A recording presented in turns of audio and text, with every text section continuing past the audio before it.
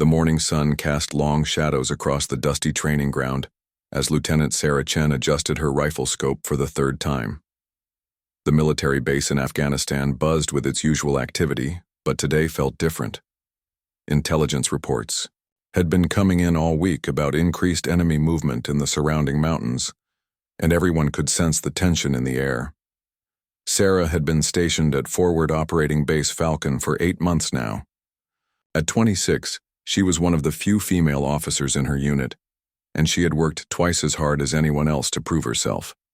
Her fellow soldiers respected her sharp shooting skills and quick decision-making, but she still felt the weight of constant scrutiny from higher-ranking officers who questioned whether women belonged in combat zones.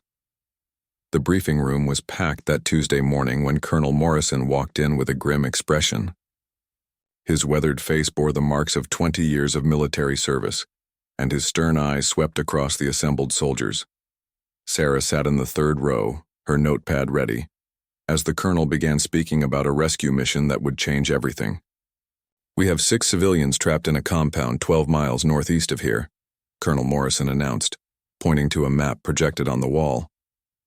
"They're aid workers from an international relief organization. Enemy forces surrounded their position yesterday evening, and we've lost contact with their security detail." The room fell silent as the gravity of the situation sank in. Sarah felt her heart rate increase. She had trained for moments like this, but the reality of putting lives on the line always brought a mix of fear and determination. The colonel continued explaining the tactical situation, describing how the enemy had positioned themselves strategically around the compound, making any conventional rescue attempt extremely dangerous. Sarah's mind raced as she listened to the details. The terrain was challenging, with rocky outcroppings providing cover for enemy snipers. The compound sat in a valley surrounded by hills, creating what military strategists called a kill zone for anyone attempting to approach. Standard protocol would require a large force with air support, but time was running out, and weather conditions made helicopter operations impossible. After the briefing, Sarah approached her immediate superior, Captain Rodriguez, who had become something of a mentor during her deployment. He was reviewing satellite images of the target area, his brow furrowed in concentration. Sarah had worked with Rodriguez on several successful missions, and she trusted his judgment completely. "Captain, I've been studying these images," Sarah said, pointing to a ridgeline that overlooked the compound. "There's a position here that could provide overwatch for the entire valley. If we could get someone up there, they might be able to provide covering fire for the rescue team." Rodriguez looked up from the images, his dark eyes thoughtful. "That's a long shot, Lieutenant. We're talking about a 1,000-meter range in difficult conditions. The wind patterns in that valley are unpredictable, and you'd be completely exposed on that ridge." Sarah had already considered these factors.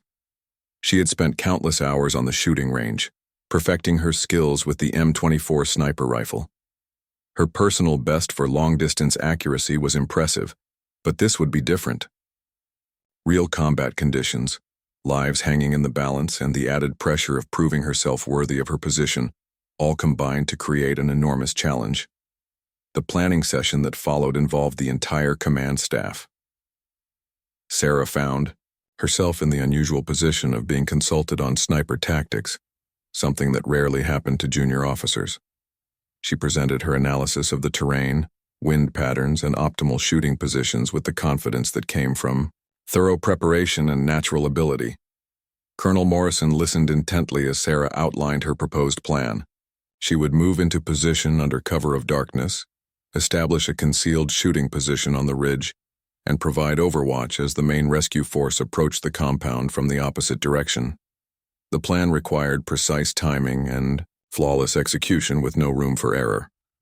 "The risk is substantial," the colonel said after Sarah finished her presentation. "If you're discovered on that ridge, you'll be completely cut off from support. The enemy will know exactly where you are, and extraction would be nearly impossible." Sarah understood the risks better than anyone. She had studied similar operations in military history, and she knew that lone snipers in forward positions often faced overwhelming odds. but she also knew that 6 innocent people were depending on their unit to bring them home safely. The weight of that responsibility felt heavier than any equipment she had ever carried. The discussion continued for another hour, with various officers raising concerns about the mission's feasibility. Some suggested waiting for better weather conditions to allow air support. Others proposed a different approach that would involve a larger ground force, but time was working against them, and intelligence reports indicated that the enemy was planning to move the hostages to a more secure location. As the meeting concluded, Colonel Morrison made the decision that would set everything in motion. The rescue operation would proceed the next morning, with Sarah taking the overwatch position on the ridge. The announcement sent a surge of adrenaline through her system, mixed with the sobering realization that she would soon be tested in ways she had never imagined. That evening, Sarah spent hours preparing her equipment and reviewing the mission details. She cleaned her rifle meticulously, checked her ammunition, and studied the weather forecast one more time. The other soldiers in her unit offered words of encouragement, but she could see the concern in their eyes. They all understood that tomorrow would be unlike any training exercise they had ever participated in. Captain Rodriguez found her in the equipment room just before lights out. "Sarah, I want you to know that I have complete confidence in your abilities. You're one of the best shooters I've ever worked with, and your tactical instincts are solid. But remember, if the situation goes sideways, your first priority is to stay alive and get out of there." Sarah nodded, appreciating both the vote of confidence and the reminder about priorities. She had never been in a situation where she would be operating alone, so far from backup support. The isolation of the sniper position would be both an advantage and a vulnerability, and she knew that success would depend entirely on her training, skills, and ability to stay calm under pressure. As she lay in her bunk that night, Sarah thought about the 6 civilians who were counting on her unit to bring them home. She didn't know their names or their stories, but they represented everything she had sworn to protect when she joined the military. The responsibility felt overwhelming, but it also strengthened her resolve to succeed in the mission ahead. The alarm sounded at 04:30 hours, piercing through the darkness of the barracks. Sarah had barely slept, her mind cycling through every detail of the mission plan. She dressed quickly in her combat uniform, double-checking each piece of equipment before securing it to her tactical vest. The weight of her gear felt familiar and reassuring as she prepared to leave the relative safety of the base. The pre-dawn briefing was short and focused. Weather conditions were marginal but acceptable, with light winds and clear visibility expected throughout the morning. Intelligence updates confirmed that the hostages were still alive and being held in the main building of the compound. Enemy strength was estimated at 12 to 15 fighters, positioned in defensive positions around the perimeter. Sarah's stomach churned as she loaded her backpack with extra ammunition, water, and emergency supplies. She would be carrying enough equipment to sustain herself for up to 12 hours in the field, though the mission was planned to last only 4 hours from start to finish. The extra supplies were a precaution that could mean the difference between life and death if something went wrong. The vehicle convoy departed the base just as the first hints of dawn appeared on the eastern horizon. Sarah rode in the lead Humvee with Captain Rodriguez and 3 other soldiers who would be part of the main assault team. The radio crackled occasionally with position reports from other units, but conversation was minimal. Everyone understood the seriousness of what they were about to attempt. The ride to the drop-off point took 45 minutes over rough terrain. Sarah used the time to review her mental map of the target area, visualizing the approach route to her position on the ridge. She had memorized every landmark, every potential source of cover, and every possible escape route. The success of the entire mission might depend on her ability to reach that ridge undetected. As they neared the drop-off point, Sarah felt the familiar pre-combat mixture of fear and focus that she had experienced during training exercises. But this time was different. This time, real lives hung in the balance, and there would be no second chances or do-overs if something went wrong. The weight of responsibility settled on her shoulders like a heavy cloak. The convoy stopped at a coordinates point 3 miles from the target compound. Sarah gathered her equipment and checked her communications gear one final time. The radio would be her only connection to the rest of the team once she reached her position. She tested the frequency and confirmed that she could reach both Captain Rodriguez and the command post back at the base. Remember, you have 15 minutes to get into position before we begin our approach, Rodriguez reminded her as she prepared to leave the vehicle. If you encounter any problems getting there, radio immediately. We can delay the assault if necessary, but we need to know your status. Sarah nodded and shouldered her pack. The route to the ridge would take her across open ground for the first mile, then through a series of rocky draws that would provide concealment for the final approach. She had studied the terrain extensively using satellite imagery, but nothing could fully prepare her for the reality of moving through potentially hostile territory. The early morning air was crisp and clear as Sarah began her movement toward the ridgeline. She moved carefully, using available cover and staying low to minimize her silhouette against the lightening sky. Every few hundred meters, she paused to scan the terrain ahead through her rifle scope, looking for any signs of enemy activity. The first mile passed without incident, but Sarah's heart rate remained elevated as she approached the more challenging terrain ahead. The rocky draws that would provide her concealment were also perfect locations for enemy ambushes. She moved even more slowly, testing each footstep to avoid dislodging loose stones that might betray her position. As she climbed higher into the hills, Sarah could see the target compound in the distance below. The buildings were modest structures typical of rural Afghanistan, surrounded by a low wall that provided some protection but wouldn't stop determined attackers. She could make out several figures moving around the perimeter, confirming that the enemy was indeed present in significant numbers. The final approach to her shooting position required Sarah to crawl the last 200 meters on her stomach, dragging her equipment behind her. The rocky ground was rough and uncomfortable, but it provided excellent camouflage for her movement.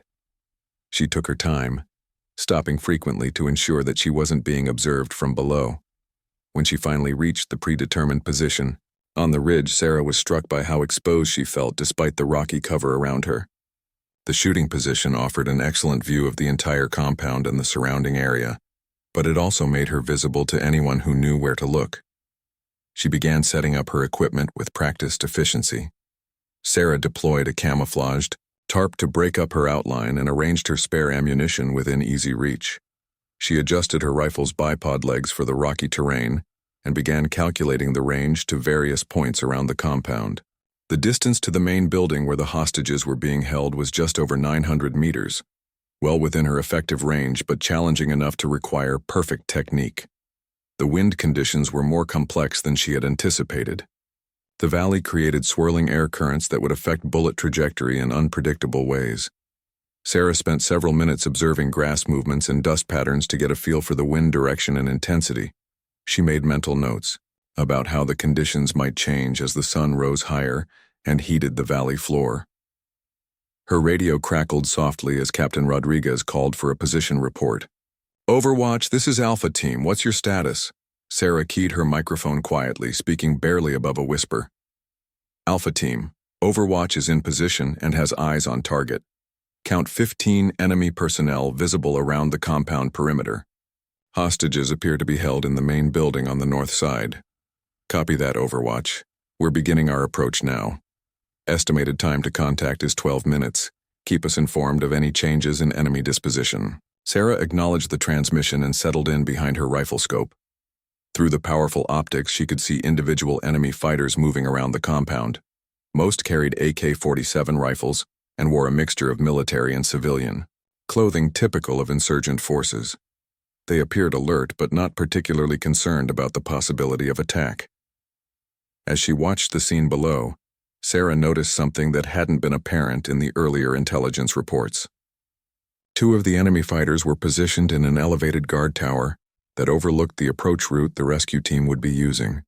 From that position, they would be able to see Captain Rodriguez and his team long before they reached the compound walls. Sarah quickly radioed this information to the assault team. "Alpha Team, be advised you have 2 enemy personnel in an elevated position on the southwest corner of the compound. They have clear sight lines along your planned approach route." Captain Rodriguez acknowledged the warning and requested more details about the guard tower. Sarah provided precise measurements and coordinates, allowing the assault team to modify their approach to avoid the observers. This was exactly the kind of critical information that justified her risky position on the ridge. The next few minutes passed slowly as Sarah maintained her watch over the compound. She tracked the movements of each visible enemy fighter, noting their patrol patterns and identifying their weapons. The information would be crucial for the assault team's final approach, and Sarah took careful notes that she could relay over the radio. As the sun climbed higher in the sky, the lighting conditions in the valley began to change. Shadows shifted, and the contrast between light and dark areas became more pronounced. Sarah adjusted her scope settings to compensate for the changing light, ensuring that she would have the best possible visibility when the action began. Through her earpiece, she could hear the steady breathing of Captain Rodriguez as he led his team closer to the compound. The radio discipline was excellent, with minimal chatter that might alert enemy forces to their approach.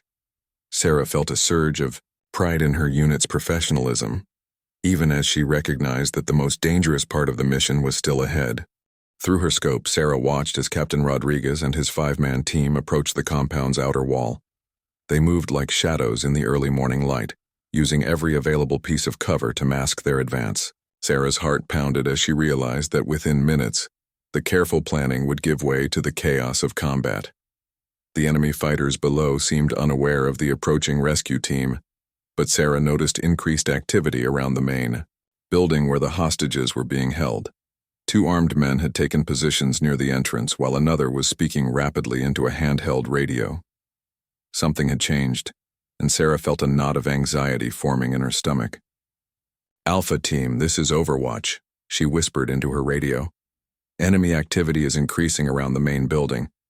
Possible communication with outside forces. 2 guards now stationed at the primary entrance." Captain Rodriguez acknowledged the report with a brief click of his radio transmitter. Sarah could see him and his team frozen behind a low stone wall approximately 100 meters from their target. They were close enough to see details of the compound but still far enough away to avoid immediate detection. The situation deteriorated rapidly over the next few minutes. Sarah watched through her scope as more enemy fighters emerged from various buildings within the compound. What had started as 15 visible enemies quickly grew to more than 20. The insurgents were obviously receiving information from somewhere, possibly spotters in the surrounding hills that the intelligence teams had missed. "Alpha Team, enemy strength is increasing rapidly," Sarah reported urgently.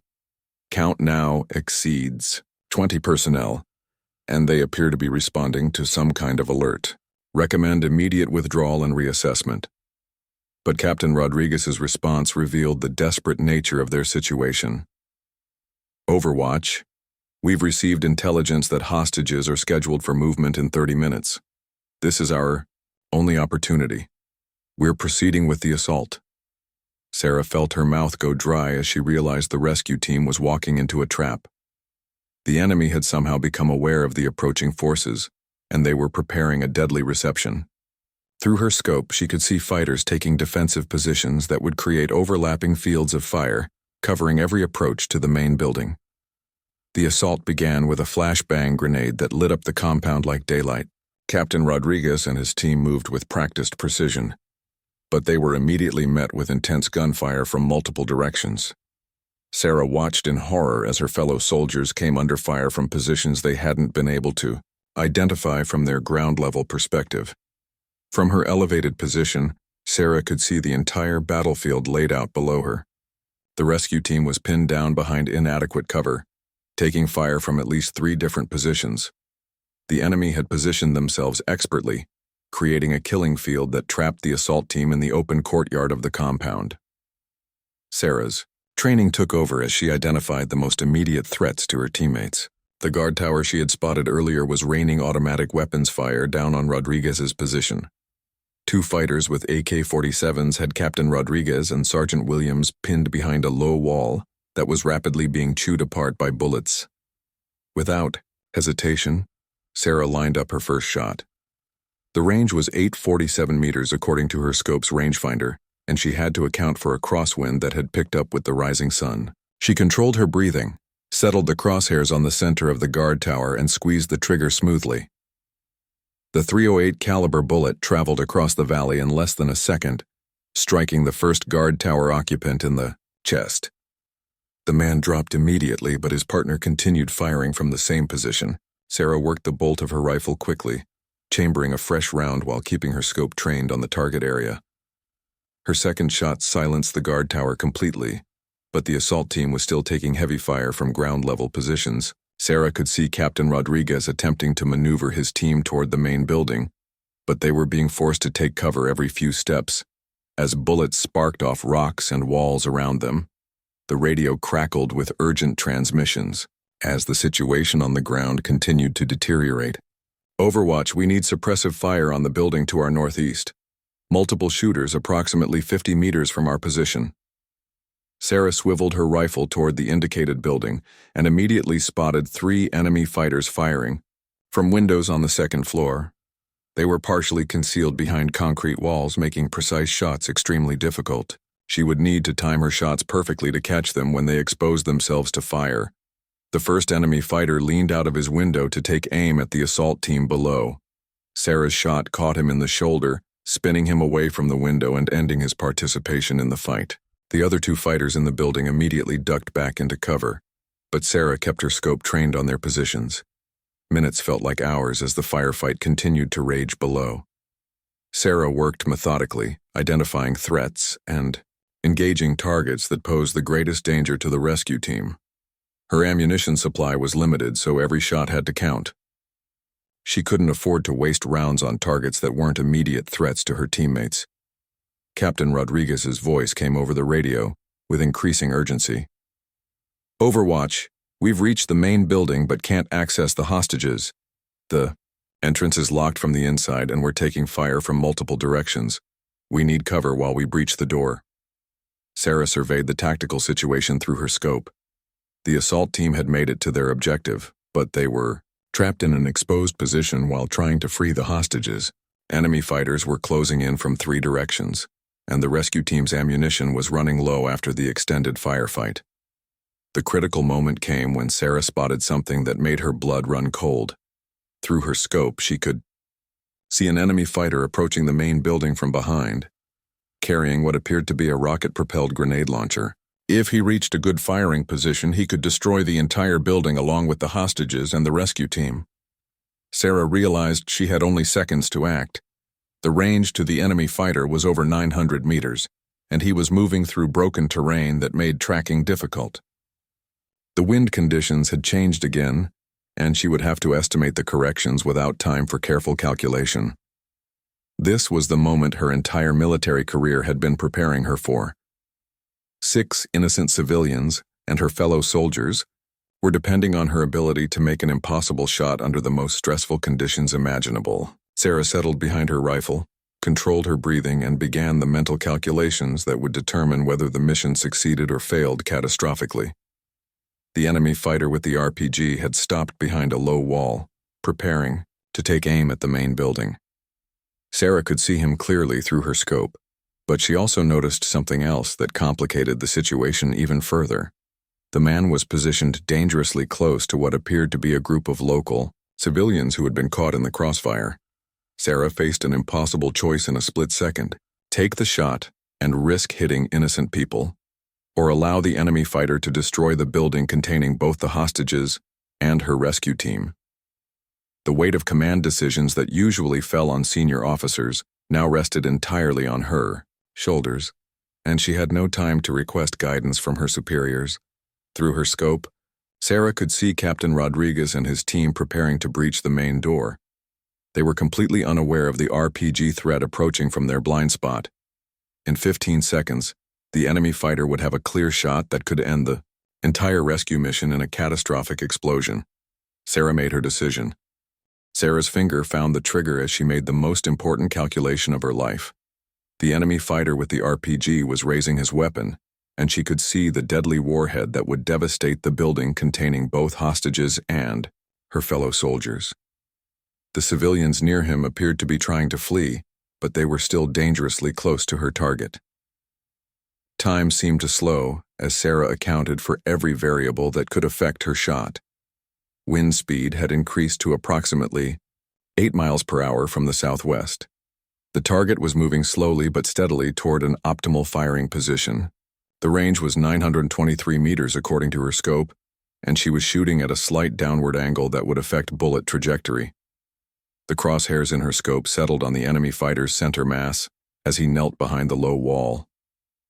Sarah could see his face clearly through the powerful optics, and for a moment she was struck by how young he appeared. But that moment of humanity passed quickly as she remembered the 6 innocent people whose lives depended on her next action.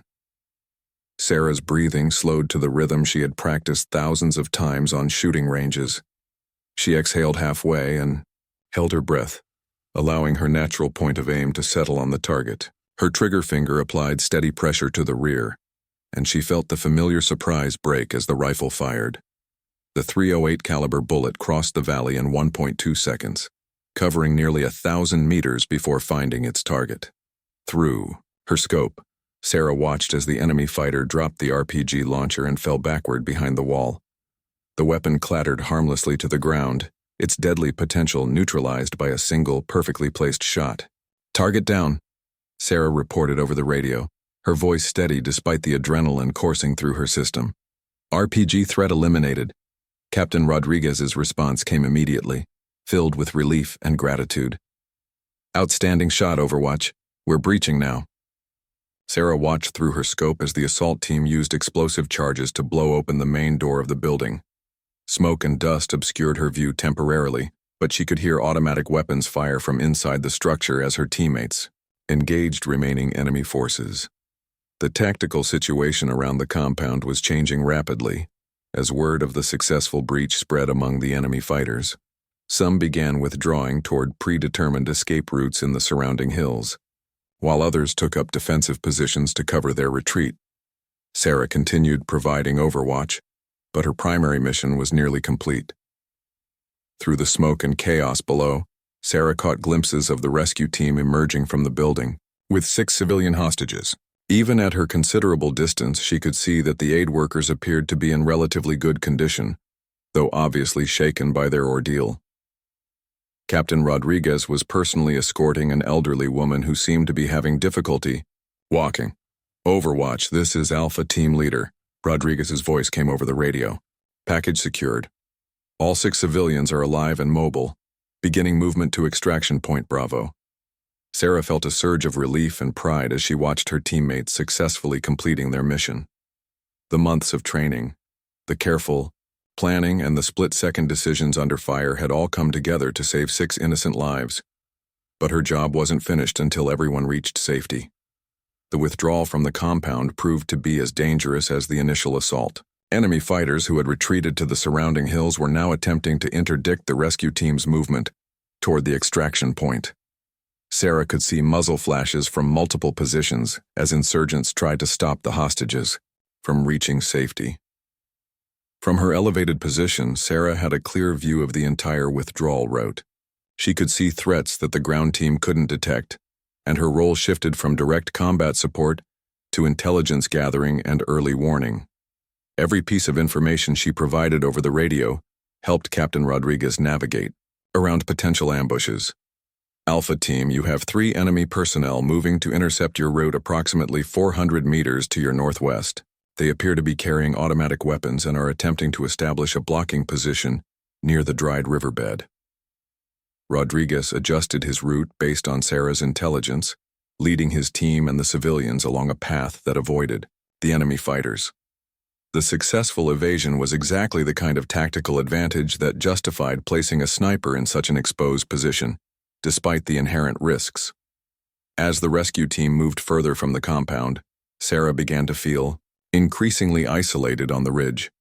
The enemy forces that had been focused on the main battle were now beginning to search for the source of the devastating sniper fire that had disrupted their defense.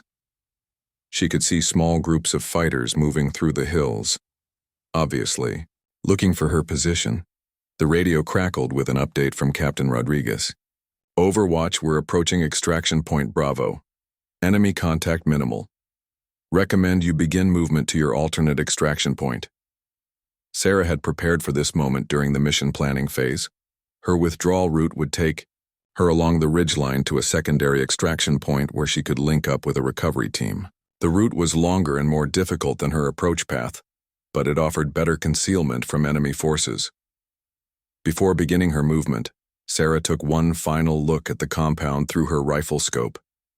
Smoke was still rising from several buildings, and she could see enemy fighters attempting to regroup in the central courtyard. The successful rescue operation had dealt a significant blow to their capabilities, but they were far from defeated. Sarah carefully packed her equipment, ensuring that no brass casings or other evidence of her presence remained at the shooting position. Military protocol required leaving no trace that could provide intelligence to enemy forces about sniper tactics or equipment. She covered the position with loose rocks and debris, making it appear as though no one had ever been there. The movement along the ridgeline proved to be more challenging than Sarah had anticipated. The terrain was rough and exposed, forcing her to move slowly to avoid detection. Several times she was forced to take cover as enemy patrols passed below her position, searching for any sign of the elusive sniper. After 2 hours of careful movement, Sarah reached her designated extraction point where a recovery team was waiting with vehicles. The sight of friendly faces was enormously relieving after spending so much time alone in hostile territory. She quickly loaded her equipment and climbed into the lead vehicle as the convoy prepared to return to base. During the ride back to forward operating base Falcon, Sarah finally allowed herself to process what had happened during the mission. She had fired only one shot that directly saved lives, but that single bullet had prevented a catastrophic explosion that could have killed all 6 hostages and the entire rescue team. The successful mission represented everything Sarah had trained for during her military career. The combination of technical skill, tactical judgment, and courage under fire had come together at exactly the right moment to achieve an outcome that seemed impossible just hours earlier. But she also understood that the real test would come when she had to justify her actions to the senior officers who had authorized the mission. As the convoy approached the main gate of the base, Sarah could see Colonel Morrison waiting with several other high-ranking officers. Their expressions were serious, and she realized that her actions during the mission would now be subjected to intense scrutiny and evaluation. The question of authorization would soon become the central issue in determining whether Sarah's split-second decision to take the shot was justified under the rules of engagement. She had acted independently, without explicit permission from higher authority, in a situation where seeking approval would have meant certain disaster for the rescue mission. Sarah took a deep breath as the convoy stopped and she prepared to face the consequences of her actions. Colonel Morrison's face was unreadable as Sarah stepped out of the vehicle and approached the waiting group of senior officers. The successful rescue of 6 civilian hostages should have been cause for celebration, but the atmosphere felt tense and formal. Sarah noticed that Captain Rodriguez was already there, presumably having arrived earlier with the rescued civilians. "Lieutenant Chen, report to the briefing room immediately for debriefing," Colonel Morrison ordered curtly. His tone carried none of the warmth or congratulation that Sarah might have expected after such a successful mission. Instead, she detected something that sounded almost like anger beneath his professional demeanor. The briefing room was crowded with more senior officers than Sarah had ever seen assembled in one place. In addition to Colonel Morrison, there were 2 other colonels she didn't recognize, a major from the Judge Advocate General's office and what appeared to be several intelligence officers. The formal setup suggested this would be much more than a routine after-action debriefing. Sarah took her assigned seat at the front of the room, acutely aware of all the eyes focused on her. Captain Rodriguez gave her a supportive nod from across the table, but even he seemed uncomfortable with the formal atmosphere. The rescued civilians were nowhere to be seen, presumably being processed through medical and intelligence debriefings in another location. Colonel Morrison opened the session by reviewing the basic facts of the mission. 6 civilian hostages had been successfully rescued without casualties among friendly forces. Enemy losses were estimated at 8 killed and several wounded.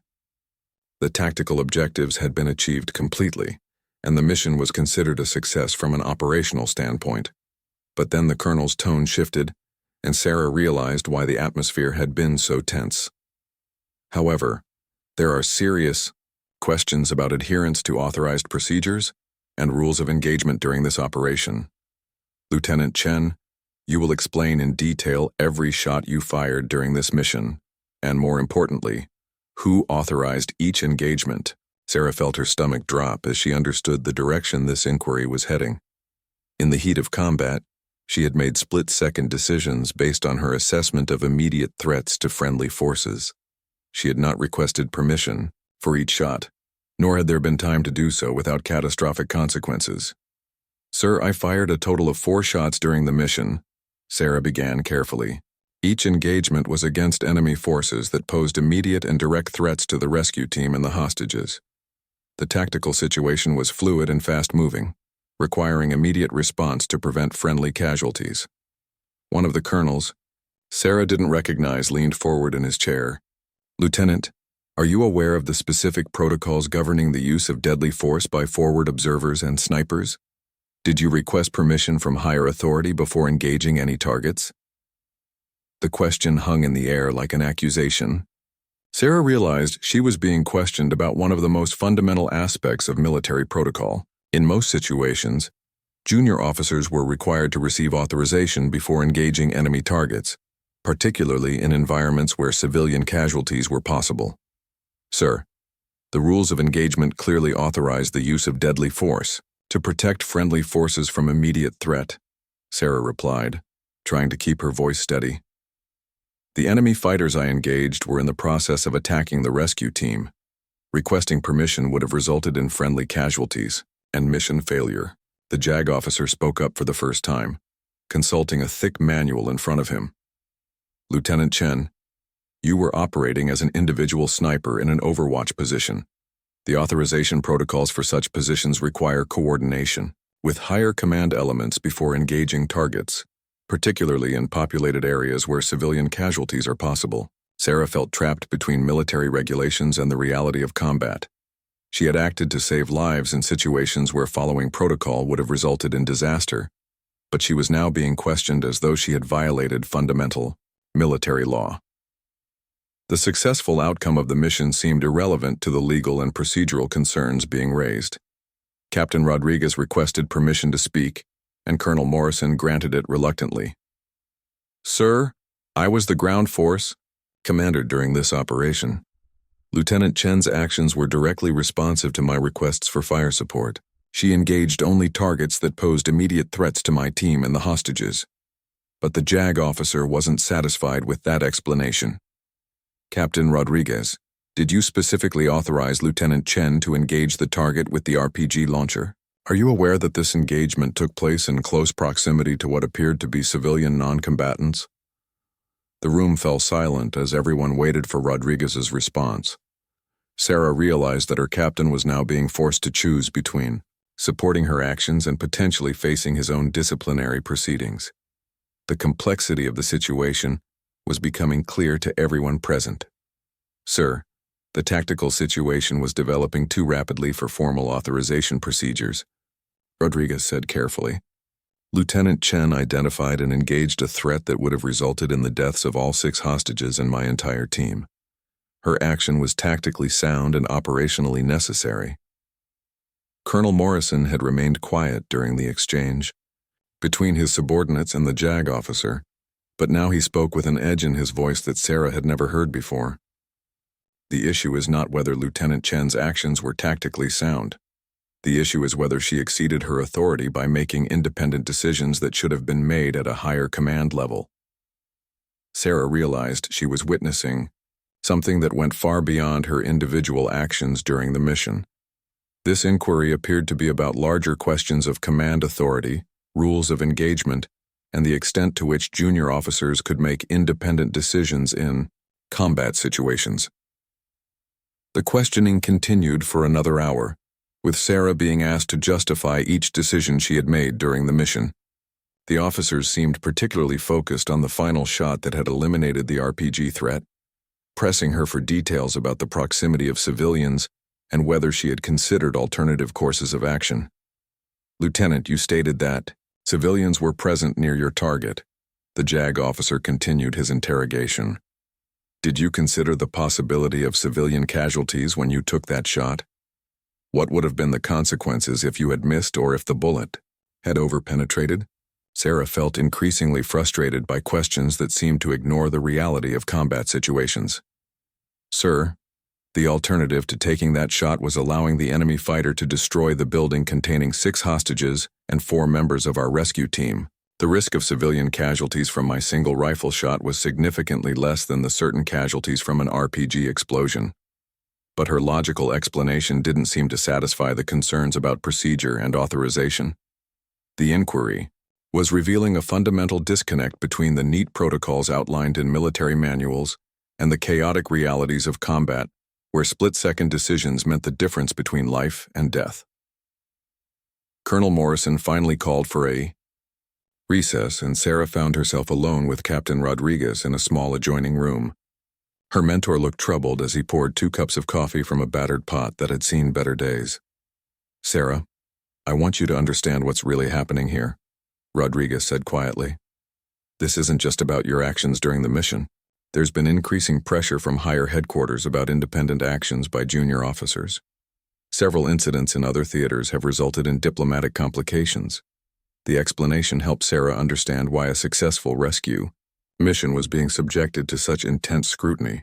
Military operations in Afghanistan took place in a complex political environment where tactical success could be overshadowed by concerns about international law, diplomatic relations, and public perception. Captain, did I do something wrong? Sarah asked directly.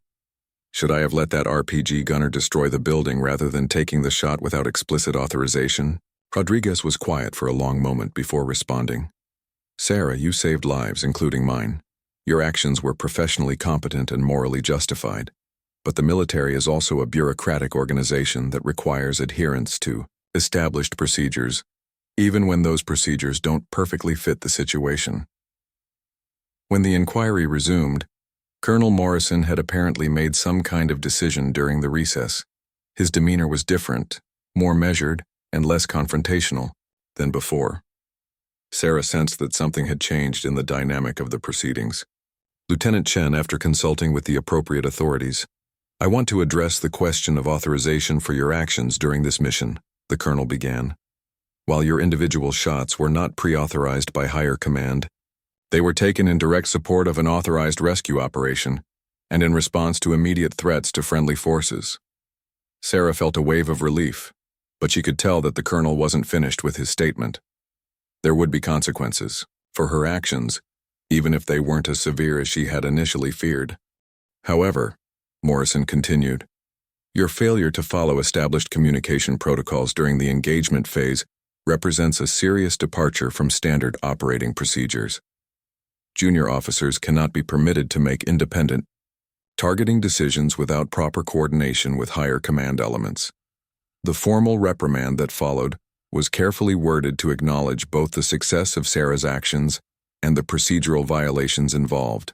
She would receive a written counseling statement that would become part of her permanent record, but no formal disciplinary action would be taken. The JAG officer seemed dissatisfied with this resolution, arguing that precedent required more serious consequences for unauthorized engagements. But Colonel Morrison's decision was final, and Sarah realized that her commanding officer had found a way to support her actions while still maintaining military discipline and protocol. As the inquiry concluded, Sarah understood that she had learned something important about the complex balance between individual initiative and institutional authority in military organizations. Her actions had been correct from a tactical and moral standpoint, but they had also challenged established systems of command and control. The rescued civilians, she learned later, had all been successfully evacuated to medical facilities where they were recovering from their ordeal. Their families had been notified of their safety, and diplomatic channels were handling their eventual return to their home countries. The human cost of the mission had been minimal, thanks in large part to the precision and effectiveness of the rescue operation. But Sarah also learned that 2 of the civilian bystanders near her final target had been slightly injured by debris from the RPG launcher when the enemy fighter dropped it. While their injuries were minor, and they had received immediate medical attention, the incident highlighted the complex ethical considerations involved in combat operations. That evening, as Sarah reflected on the day's events in her quarters, she realized that the question, "Who authorized this?" would continue to follow her throughout her military career.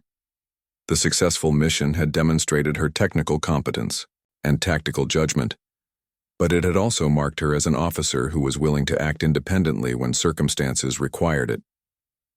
3 months after the rescue mission, Sarah found herself sitting in yet another briefing room, but this time, the atmosphere was completely different. The walls were decorated with commendation certificates and unit awards, and the officers present wore expressions of pride rather than concern. Colonel Morrison stood at the front of the room with a small wooden box in his hands. The investigation into her actions had been completed weeks earlier, resulting in the formal reprimand that had become part of her record. But something else had happened during those intervening months that Sarah hadn't expected. The story of the rescue mission had begun to spread throughout the military community, not as a cautionary tale about unauthorized actions, but as an example of exceptional courage and skill under pressure. "Ladies and gentlemen," Colonel Morrison began, his voice carrying a warmth that had been absent during the inquiry, "we are gathered today to recognize extraordinary actions in combat that resulted in the successful rescue of 6 civilian hostages and the preservation of American lives." Sarah felt a mixture of surprise and confusion as she realized this ceremony was focused on her actions during the mission. After months of questioning and formal reviews, she had expected her career to be quietly managed around the procedural violations that had been documented in her record. The citation that Colonel Morrison began reading told the story of the mission from a perspective Sarah hadn't heard before. Instead of focusing on authorization protocols and rules of engagement, it described tactical competence, life-saving decisions, and exceptional marksmanship under the most challenging conditions imaginable. Lieutenant Sarah Chen demonstrated exceptional courage and professional competence during a combat rescue operation in Afghanistan. Her precision rifle fire eliminated multiple enemy threats, directly saving the lives of 6 civilian hostages and 4 members of the rescue team. Her actions reflect the highest traditions of military service and bring great credit upon herself and the United States Army. The Bronze Star Medal that Colonel Morrison pinned to Sarah's uniform represented recognition that went far beyond her individual actions. It acknowledged that sometimes the most important military decisions are made by junior officers who have to choose between following procedures and saving lives. Captain Rodriguez was also recognized during the ceremony, receiving a commendation for his leadership of the rescue team and his role in the successful completion of the mission. Sarah felt immense pride watching her mentor receive the recognition he deserved for his tactical competence and courage. After the formal ceremony concluded, Sarah found herself surrounded by fellow officers who wanted to congratulate her and ask questions about the mission. The atmosphere was celebratory, but she also detected something else in their conversations. Many of the officers seemed to be wrestling with the same questions about authority and independent action that had dominated her inquiry. Colonel Morrison approached her as the crowd began to disperse. "Lieutenant Chen, I want you to understand something important about what happened during your inquiry. The questions we asked weren't designed to punish you for saving lives. They were necessary to ensure that we maintain proper command and control while still allowing junior officers the flexibility to act when circumstances require it." Sarah appreciated the colonel's explanation, but she also recognized that the tension between individual initiative and institutional authority would continue to be a challenge throughout her military career. The successful mission had demonstrated that sometimes the most important decisions couldn't wait for formal authorization. "Sir, I've been thinking about something since the inquiry," Sarah said carefully. "How do we prepare junior officers to make these kinds of decisions? The situation I faced wasn't covered in any training scenario or manual I've studied." Morrison nodded thoughtfully.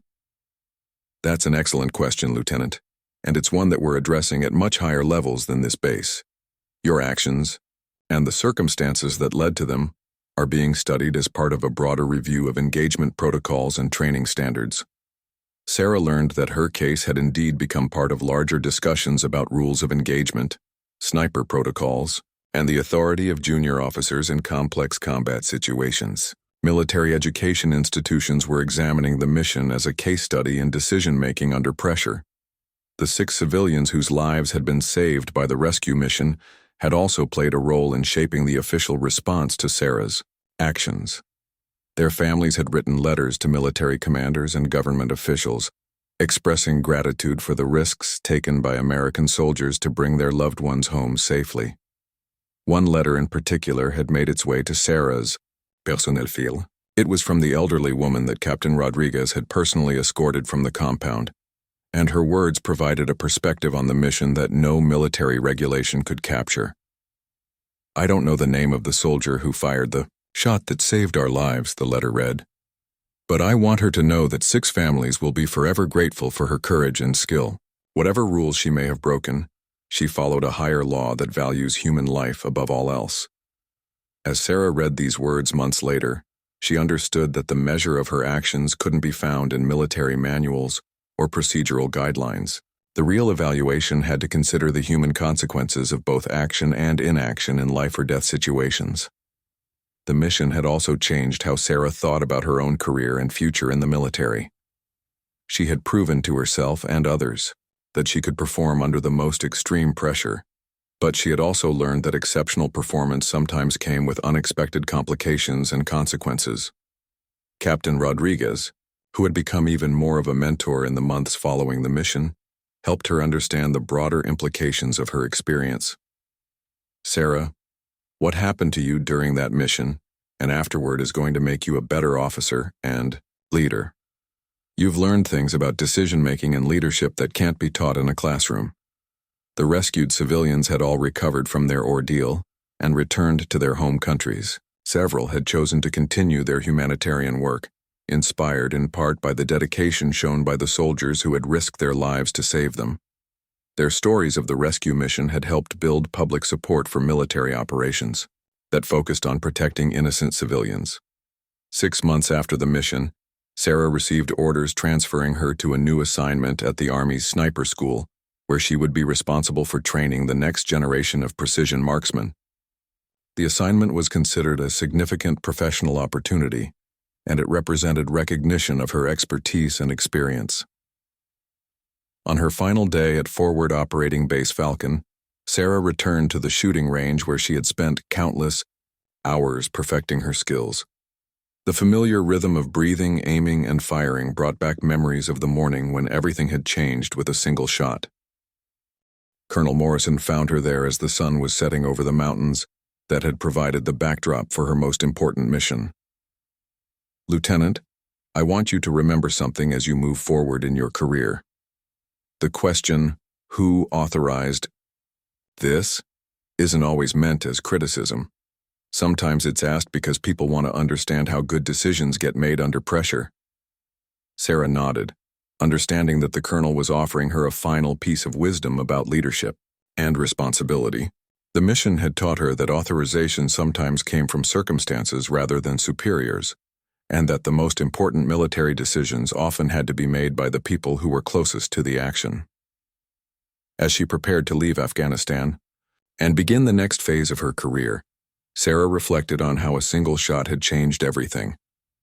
6 lives had been saved, a successful mission had been completed, and she had learned lessons about leadership and decision-making that would guide her for the rest of her military service.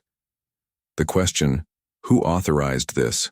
would probably follow her throughout her career, but Sarah now understood that sometimes the answer was simply, "The situation authorized it, and I was ready to act."